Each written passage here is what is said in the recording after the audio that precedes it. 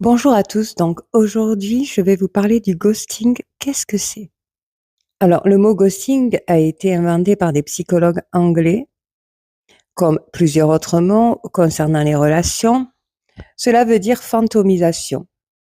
En fait, c'est une façon de mettre fin à une relation à laquelle on n'arrive pas à rompre. Alors pourquoi beaucoup de personnes ghostent dans notre génération les gens? Alors, il faut savoir que le ghosting a toujours existé depuis longtemps et que, ça blesse énormément les gens, de se sentir abandonnés du jour au lendemain. Alors, bien souvent, le ghosting est un acte d'abandon quand on n'arrive pas à rompre. Parce qu'il est très facile d'expliquer à une personne pourquoi on termine une relation ou pourquoi on ne veut pas la continuer. Mais, le ghosting est une manière de fuir pour ne pas blesser une personne, heu, qu'on côtoie, relationnellement. Alors, vous allez avoir beaucoup d'explications au niveau, des coachs en développement personnel qui vont vous parler du ghosting, ou des coachs conseillers sentimental qui vont donner leur avis sur le ghosting, comment pratiquer un silence radio. Ces coachs-là sont persuadés que ces personnes qui vous ont ghosté vont revenir, mais ce n'est pas une certitude qu'ils reviennent. Ceux qui ne reviennent pas ont ghosté parce qu'ils ont été blessés sur des choses flagrantes, vexés ou blessés de l'attitude de leur partenaire. Alors eux ne reviendront pas du tout, hein, parce que, dans leur vie, il y a des choses rédhibitoires, que si on touche à leur ego, à leur estime d'eux, leur confiance en eux, qu'ils ont l'impression que leur partenaire s'est moqué d'eux, ils n'auront aucune intention, de revenir dans la relation, que ce soit les femmes ou les hommes. Et ceux qui reviennent, ce sont des personnes qui vous ghostent parce qu'ils vous ont déjà remplacé. En fait, pendant qu'ils étaient en relation avec vous, ils étaient en relation avec d'autres personnes. Et bien souvent, comme ils se trompent, parce que quand on commence à faire un choix dans un couple, on fait toujours le mauvais. Et ils se rendent compte qu'ils ont fait le mauvais choix et ils sont poussés à revenir dans leur ancienne relation parce qu'ils voient que l'herbe n'est pas plus verte ailleurs. Ceux-là vont revenir. Mais les autres, qui sont vexés, et que vous ne savez même pas pourquoi, ou touchés dans leur ego, ou qui ressentent un danger réel ils sont pas sûrs de vivre une histoire d'amour, de vouloir vivre une histoire d'amour, et qu'ils ont envie de profiter de la vie, ils ne reviendront pas. Sauf pour vous demander, si vous voulez vous amuser avec eux, quoi. À moins qu'ils cachent leur honnêteté et qu'ils font semblant de revenir pour vous utiliser parce que cette personne a vu que vous étiez accro à lui ou elle. Alors, relation fantôme veut dire que c'est énergétique. C'est-à-dire que, à partir du moment où vous êtes ghosté par quelqu'un, vous avez une impression de communication invisible.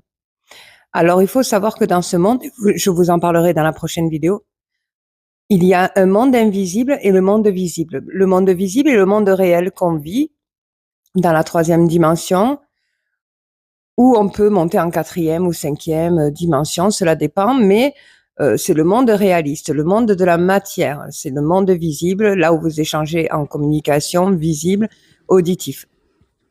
Là, c'est matière. Et le monde invisible est le monde où vous pensez, et c'est le monde où vous vous sentez aussi pas seul. Donc, quand vous vivez un ghosting, vous vivez dans un monde invisible parce que vous vous posez des questions par rapport au comportement de la personne qui vous a ghosté. Pourquoi elle vous a ghosté comme ça? Vous allez vous poser plein de questions et parfois ça peut vous obséder. Alors, quand ça atteint l'obsession, c'est parce que vous avez vécu la blessure d'abandon. Dans le monde invisible, vous êtes en lien avec votre ego, avec votre estime de vous, votre confiance en vous. Vous êtes en lien avec des énergies non visibles et je vous parlerai de ces énergies-là quand je vous parlerai du monde invisible. Donc, vous avez l'impression de vivre dans 2 mondes différents parce que vous avez ce questionnement de pourquoi cette personne vous a quitté. Qu'est-ce qui s'est passé? Qu'est-ce que vous avez fait Pourtant, ça s'est bien passé et vous visualisez tous les moments que vous avez passés ensemble. Mais vous savez, toutes ces projections viennent du monde invisible, viennent des énergies, des entités qui vous entourent. C'est pour ça que l'on appelle ça une relation fantôme, parce que la relation ne s'est pas forcément terminée, devient non visible, c'est-à-dire que elle fait dorénavant partie de vos pensées puisque la personne a disparu du jour au lendemain. Et pourtant, vous la ressentez comme si elle était présente. Alors, que pensent ces personnes qui vous ont ghosté?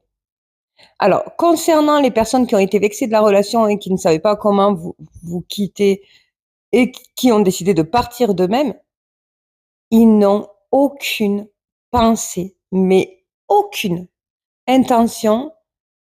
Ils ont été vexés, ils sont partis avec de la susceptibilité. Ils en ont parlé autour d'eux pour bien se confirmer qu'ils ont fait le bon choix et ne pas culpabiliser justement de leur attitude. Ils pensent de temps en temps à leur ex-partenaire, surtout quand ils sont confrontés à des relations non constructibles ou des relations décevantes. Parce qu'ils ont laissé quelqu'un sans dire pourquoi. Et ceux qui sont ghostés sont confrontés à leur monde invisible, leur monde intérieur, et sont guidés vers l'espoir que cette personne revienne. Systématiquement, ils sont guidés vers la vengeance, ils sont guidés vers la tristesse, ils sont guidés vers l'amour, ils sont guidés vers l'espoir que cette personne revienne afin de la faire culpabiliser, afin de la faire regretter, afin de renforcer son caractère pour ne plus être confronté à ce genre de comportement. Et faire regretter cette personne de vous avoir laissé, de vous avoir abandonné. Il faut savoir que c'est des énergies invisibles qui vous guident. C'est comme des entités, des personnes qui vous entourent pour vous pousser à faire les choses, à les ressentir et à les penser. Alors bien entendu, vous êtes en souffrance parce que vous êtes abandonné. Vous ne comprenez pas, vous êtes touché dans votre confiance, vous êtes touché dans votre ego, vous êtes touché dans votre estime de vous. Et vous culpabilisez, vous dites que c'est de votre faute, alors que non, ce n'est pas absolument pas de votre faute. Alors quand elle vous laisse, elle vous abandonne pour une autre personne, cette personne ressent un soulagement. Elle est soulagée, elle se sent libre, elle a l'impression d'être libérée d'une relation qui ne lui convenait pas. Donc elle a peut-être ressenti un sentiment d'emprisonnement dans une relation qui va lui faire vivre peut-être un calvaire ou des choses qui ne lui conviennent pas, qui ne sont pas adaptées à sa propre vie à elle. Et sans oser vous le dire, elle est partie dans les bras de quelqu'un d'autre. Alors bien souvent, quand une personne cumule des relations, ce n'est pas un championnat de meilleures personnes, hein. Les gens qui cumulent les relations sont des gens qui ne s'attachent pas aux personnes qu'ils côtoient, mais qui vont rester auprès des personnes qui sont moins intelligentes, un peu plus naïves, et qui sont prêtes à croire tout et n'importe qui venant de ces personnes qui ghostent. Alors, ces ghosteurs-là, dans leurs pensées, ils se sentent soulagés de s'être libérés de cette relation. Ils vont plonger dans une autre relation qui va s'attacher à cette personne. Et dès que cette personne ressent un attachement venant de n'importe qui, elle n'a pas d'autre moyen pour s'en libérer que de ghoster, parce qu'elle n'a pas les mots quand elle ressent un sentiment d'emprisonnement. Alors le ghoster, dans son raisonnement, il va se dire « je n'étais pas amoureux, je ne ressentais rien du tout en fait.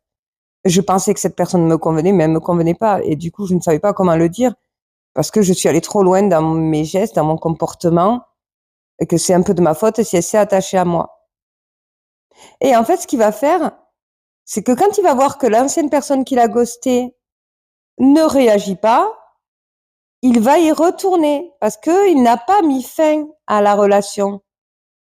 Donc, c'est comme s'il laissait une porte entrouverte dans toutes les relations qu'il fuit.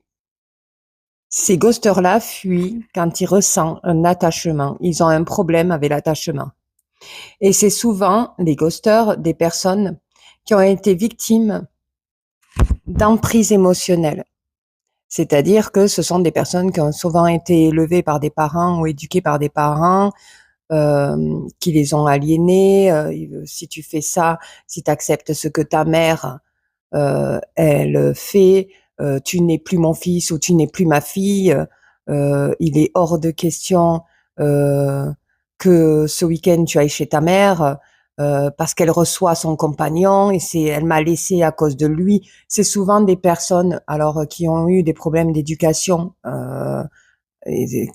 Voilà, on va chercher très très très loin, mais ça fait partie des antécédents familiaux, des emprises émotionnelles que les personnes ont eu envers eux, ou ça peut être aussi des ex-partenaires qui jouaient avec leurs émotions et qu'ils avaient une emprise émotionnelle sur eux, et eux, inconsciemment, parce que ça vient du subconscient, ayant peur de cette emprise-là, dès qu'ils ressentent des émotions, ils ont peur, ils ne veulent pas intégrer l'émotionnel, et dès qu'ils en ressentent, ils ont peur de rentrer dans une emprise et de se sentir emprisonnés dans une relation où ils n'arrivent pas à se détacher. Parce que quand on est lié de manière affective, c'est souvent la famille ou nos partenaires avec qui on s'est marié ou avec qui on a eu vraiment un fort amour, hein, et qu'on joue sur les enfants, qu'on joue sur les défunts. Ça, on peut jouer, vous pouvez avoir des frères et sœurs qui jouent sur des parents qui sont partis, que quand même pour leur faire honneur,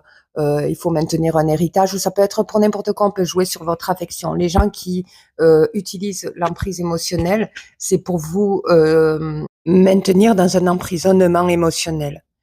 Et pour le coup, ces personnes-là, quand elles ressentent des émotions et qu'elles sont en lien dans une histoire d'amour, et c'est une peur qui se déclenche en eux, et la peur de rentrer dans un piège affectif. Et c'est pour ça qu'elles n'ont pas les mots pour dire leur comportement, parce que tout est subconscient, tout est inconscient. Et donc, elles n'ont pas d'autre moyen que de fuir. Parce que ces personnes-là ne se sont jamais auto-analysées pourquoi elles se comportent comme ça. Elles n'ont jamais culpabilisé de leur comportement. Parce qu'elles ont peur de l'affection. Elles aiment la tendresse, elles aiment l'amour, hein. Ça ne veut pas dire qu'elles aiment pas, mais que dès qu'elles ressentent un attachement émotionnel, une affection immense pour la personne, eh ben, il y a une peur qui se déclenche. Alors, on va leur donner toutes les mauvaises personnalités du monde à ces ghosters, mais il y a plusieurs ghosters. Il y a ces ghosters-là, et il y a des ghosters qui cumulent des relations, mais c'est une manière de fuir parce qu'ils se sentent en insécurité. Ils n'ont pas le même niveau d'amour parce qu'ils cumulent plusieurs relations en même temps. Donc, en cumulant des relations, on ne peut pas s'attacher aux personnes puisqu'on enregistre au niveau de la mémoire plusieurs personnalités. Donc, on enregistre plusieurs personnes. Et donc, comme on côtoie plusieurs personnes, on voit plusieurs personnes, on enregistre au niveau de la mémoire plusieurs moments avec des personnes différentes et des bons moments, hein, et on prend que le bon. Donc, on ne peut pas s'attacher à une seule personne. Et cette façon de procéder est une manière de ne pas se retrouver seul et en insécurité. Donc, on est prêt à se précipiter dans les bras de n'importe qui pour ne pas se retrouver seul et ne pas être confronté à soi-même. Donc, ces ghosters-là n'auront aucun gêne pour quitter quelqu'un sans dire pourquoi, pour ne plus donner de nouvelles. Et c'est un soulagement pour eux. Alors, qu'est-ce qui déclenche justement cette fuite? Eh bien, c'est l'échelle émotionnelle. Quand ils ressentent que la personne a un niveau sentimental plus élevé que le sien, puisque ces personnes-là ne peuvent pas monter en échelle sentimentale, ils ne peuvent pas être au même niveau que vous, puisqu'ils cumulent plein de relations. Donc, il a des sentiments, hein, mais pas supérieurs aux vôtres. Il sera toujours dans une échelle en dessous de 50%. Une échelle sentimentale va jusqu'à 100%. Le ghosté est souvent à 70% au niveau de l'échelle sentimentale et le ghoster est souvent à moins de 50%. Il est vraiment en dessous de la moyenne. Pourquoi? Parce qu'il cumule plusieurs relations. Alors, il n'y a pas de personne plus intéressante que d'autres, lui, dans ses relations. Il passe de bons moments, il ne s'attache pas, hein, parce qu'il voit plusieurs personnes.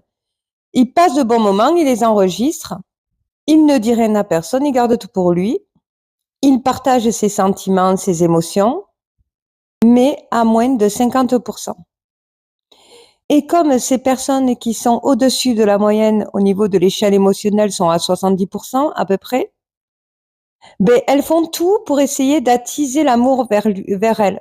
Donc, c'est comme si elles lui tendaient le bras pour qu'il vienne vers elle, ou vers lui, hein, parce que ça peut être un homme aussi qui est ghosté.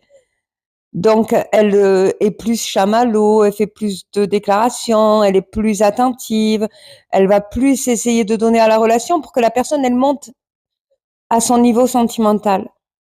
Quand vous vous retrouvez comme ça, à avoir l'impression de donner plus que la personne, elle vous donne, c'est que la personne est en dessous de 50%. Et bien souvent, les personnes ghostées vont envoyer des messages dès que la personne, elle disparaît. Donc, quand la personne, elle disparaît, elle descend de l'échelle sentimentale, elle descend à moins 30%, moins 25%, elle descend. Donc, la personne ghostée va faire tout pour essayer de la rattraper, elle va lui tendre une perche, elle va lui tendre le bras, elle va envoyer plein de messages pour savoir pourquoi elle est partie, pourquoi elle n'a pas de nouvelles.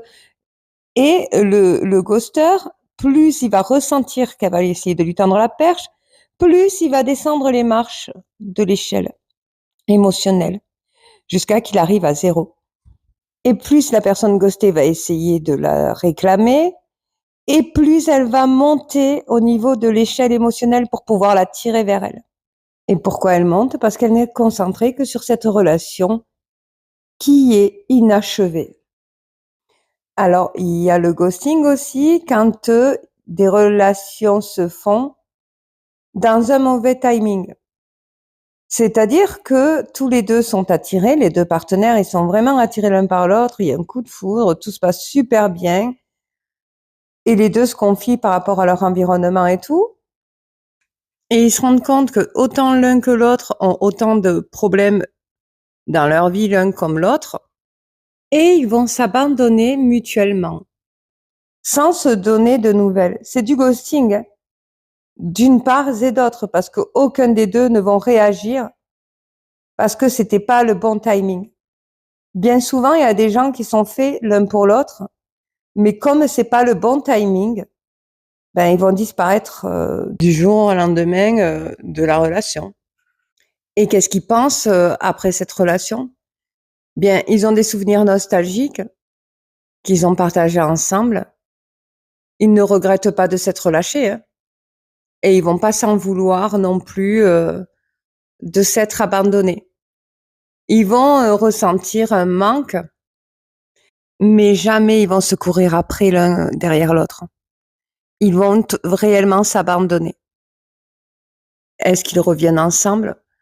Alors, certains se croisent, hein, c'est vraiment le destin après. Mais ils vont pas prendre de leurs nouvelles. Ils vont rien faire pour réintervenir dans la relation. Et tant que leur problème n'est pas réglé. Bien souvent, beaucoup de personnes passent à côté d'une belle histoire, hein, qui aurait peut-être duré 3 ans, 10 ans, 20 ans, 40 ans ou toute leur vie, à cause d'un mauvais timing. Alors, est-ce la frustration qui fait qu'ils ne prennent pas de nouvelles? Non. Par contre, il y a une peur de l'abandon. Parce que quand ils se sont abandonnés, ils ne culpabilisent pas, ils ne s'en veulent pas, mais ils ont ressenti quand même une souffrance, pendant que dans leur vie, il y avait plein de choses à arranger, à réparer, dont ils souffraient autant l'un que l'autre. Donc du coup, voilà, j'espère que cette vidéo vous aura plu. Pour la prochaine vidéo, je vous parlerai du monde invisible. Qu'est-ce que c'est?